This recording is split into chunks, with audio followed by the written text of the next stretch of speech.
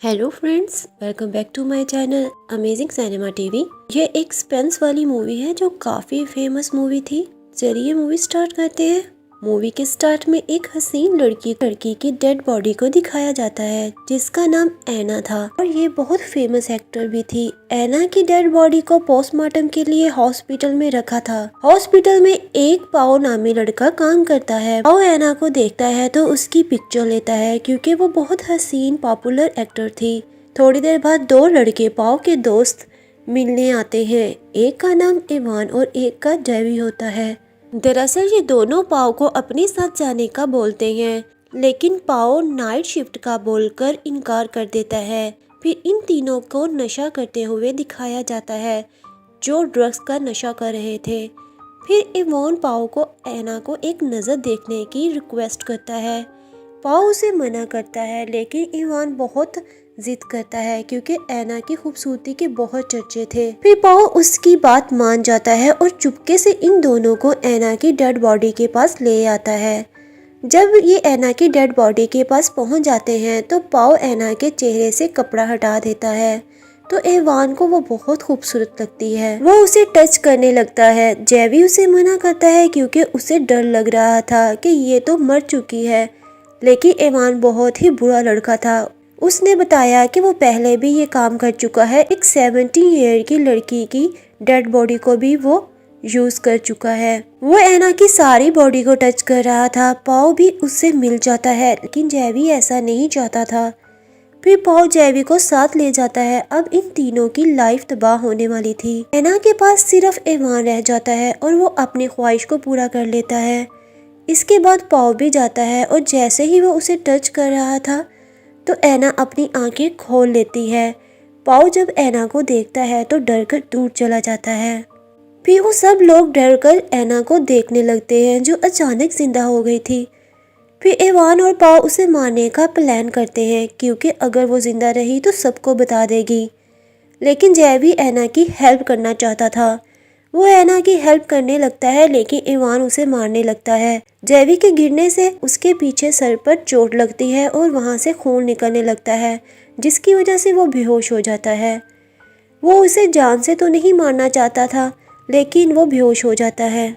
इधर ऐना की dead body सही से मूव नहीं कर रही थी। वो वीक थी, अभी वो चल भी नहीं पा रही थी, उससे बात भी ठीक से नहीं हो पा रही थी। इधर जेवी का खून काफी वेस्ट हो गया था। थोड़ी देर बाद उसकी डेथ हो जाती है। जल्दी से उसकी डेड बॉडी को छुपा देते हैं। फिर ऐना को भी जेवी के रूम में ले आते हैं और दोनों इवान और पाओ सोचने लगते हैं कि इन्हें जेवी की मौत का भी दुख था, क्योंकि किसी को भी पता चल जाता तो दोनों को जेल में रहना होगा। फिर ये डिसाइड करते हैं कि ऐना को भी मारकर जेवी के साथ गायब कर देंगे। इधर ऐना की बॉडी भी काम करने लगी थी। वो नीचे गिर जाती है और जेवी की डेड बॉडी के पास आती है और उसका मोबाइल पकड़कर नंबर मिलाने लगती है कि इवान और पाओ वहां आकर मोबाइल छीन लेते हैं। जब वो मोबाइल देखते हैं तो ऐना अपने फादर को नंबर मिला रही थी। ऐना के फादर उसे बैक कॉल करते हैं तो इवान रॉन्ग नंबर बोलकर बंद कर देता है। फिर इवान जेवी की लाश को बाहर ले जाने लगता है और पाओ को ऐना को बांधने को बोलता है और बाहर चला जाता है। ऐना पाओ से रिक्वेस्ट करती है कि वो उसे जाने दे, वो किसी को कुछ भी नहीं बताएगी, लेकिन पाओ उसको बांधकर इवान के पास चला जाता है। ऐना की बॉडी अब काम करने लग जाती है। वो खुद को खो लेती है और जमीन पर गिर जाती है और आहिस्ता आहिस्ता बाहर निकल आती है। पाओ और इवान रूम में आते हैं तो ऐना वहाँ नहीं होती। वो उसे ढूंढने लगते हैं। ऐना उन्हें मिल जाती है तो इवान ऐना को टांग से पकड़कर घसीटने लगता है। पाओ ये देखकर इवान से डर जाता है। दरअसल वो इतना डर गया था कि वो अब इवान का साथ नहीं देना चाहता था, क्योंकि वो जान गया है कि जेवी को उसने जानबूझकर मारा था।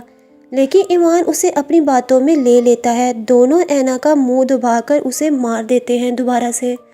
अब दोनों ऐना को वहीं छोड़कर जेवी की बॉडी को हॉस्पिटल के बाहर लेकर निकल पड़ते हैं, लेकिन अचानक इवान को अपना आइडेंटिटी कार्ड याद आता है। उसे अंदर लेने के लिए जाता है।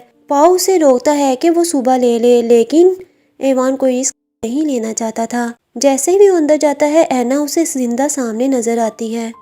उसकी बॉडी भी पूरी तरह ठीक हो गई थी।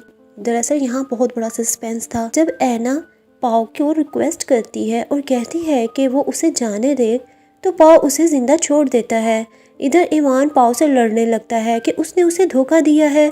दोनों में लड़ाई होने लगती है। फिर इवान पाओ को जख्मी कर देता है। अचानक जब इवान पीछे मुड़ता है तो एना सीजर को इवान के गले में घुसा देती है, क्योंकि वो बिल्कुल ठीक हो गई थी। इवान वहीं मर जाता है। पाओ एना के पास आता है तो एना उसके पेट में भी सीजर मारकर उसे खत्म कर देती है। अब सिर्फ एना जिंदा बच जाती है। इधर ही मूवी का एंड हो जाता है। तो फ्रेंड्स, अगर आपको मेरी एक्सप्लेनेशन पसंद आई हो तो प्लीज़ मेरे चैनल को सब्सक्राइब करें और इसको शेयर भी करें।